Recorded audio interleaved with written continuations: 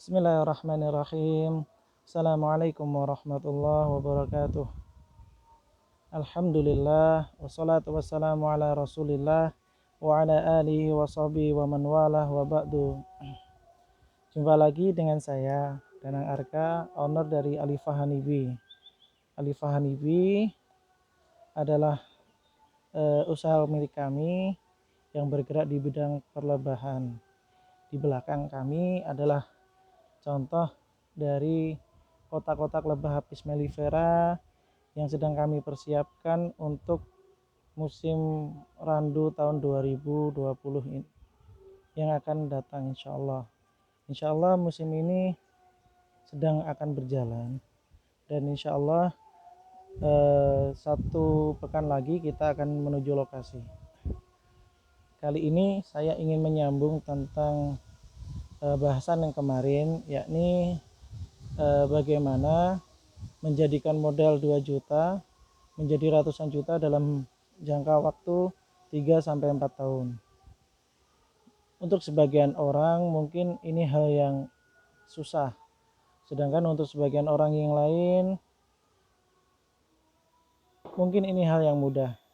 Akan tetapi saya pribadi yang mengalami menganggap hal ini adalah sebuah keajaiban, sebuah karunia yang besar dari Allah Tabaraka wa Ta'ala. Hal yang tidak pernah saya bayangkan. Saya dititipi harta sekian banyak. Kemarin sempat saya share tips, yakni landasan awal bagaimana seseorang itu memiliki prinsip atau memiliki sebuah integriti di dalam hidupnya, di dalam dia menempuh sebuah pekerjaan. Setiap pekerjaan yang dijalani oleh anak Adam, oleh lelaki khususnya, dan oleh seluruh anak Adam baik laki-laki maupun perempuan pada umumnya, itu orang tersebut harus memiliki sebuah integritas. Apakah dia bekerja sebagai seorang wirausahawan atau bekerja sebagai seorang pekerja yang bekerja pada orang lain.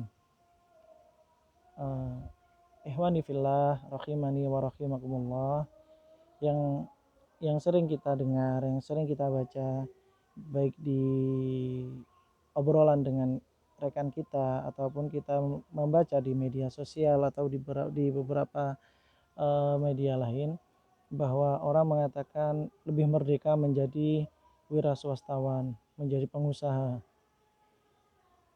dan menjadi pekerja itu seolah-olah menjadi sesuatu hal yang hina.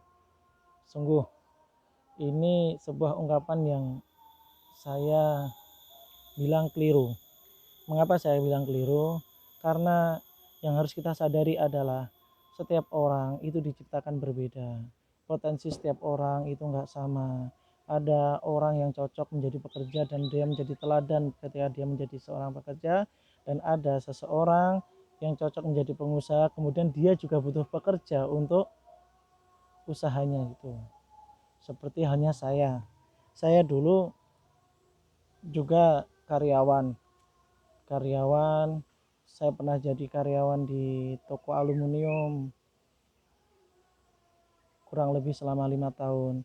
Saya pernah kerja di kuli bangunan, dan akhirnya saya terdampar di sebuah pondok pesantren di kaki Gunung Kelut untuk batu-batu di sana, untuk sekedar berkhidmat kepada umat di sana. Kemudian akhirnya Allah membimbing langkah saya untuk kemudian berwira swasta di bidang ini, yakni di dunia permaduan. Apakah semua pekerjaan tidak memiliki resiko? Semua memiliki resiko, baik sebagai pekerja maupun sebagai wirausahawan, semuanya memiliki resiko. Di balik itu semua, yang perlu kita sadari adalah setiap pekerjaan yang kita jalani hendaknya menjadi jalan untuk kita taqarrub ilallah, kita mendekat, untuk kita selalu ingat kepada Allah, kita selalu dekat kepada Allah, dan menjadi sarana ketakwaan kita kepada Allah. Karena apa? Sesungguhnya Allah itu memerintahkan kita untuk bekerja, itu untuk mengais sebagian dari rezekinya di atas muka bumi, untuk menunjukkan kemuliaan kita, terutama laki-laki. Seorang laki-laki itu harga dirinya ada di tanggung jawabnya. dan bekerja adalah bagian dari tanggung jawab. Itu yang harus disadari dan dipahami dengan baik oleh setiap lelaki.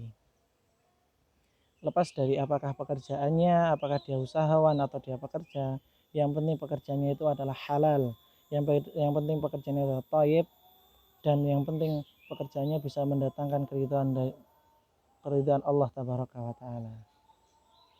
Demikian yang bisa kami sampaikan. Semoga Allah taala menerima amal-amal ibadah kita di bulan Ramadan dan menyongsong sore ini menyongsong hari kemenangan Idul Fitri, hari raya bagi umat muslim, hari raya yang berbeda dari tahun-tahun sebelumnya. Semoga Allah taala menjaga keistimewaan kita, menjaga ketaatan kita kepadanya. Barakallahu fikum. Wassalamualaikum warahmatullahi wabarakatuh.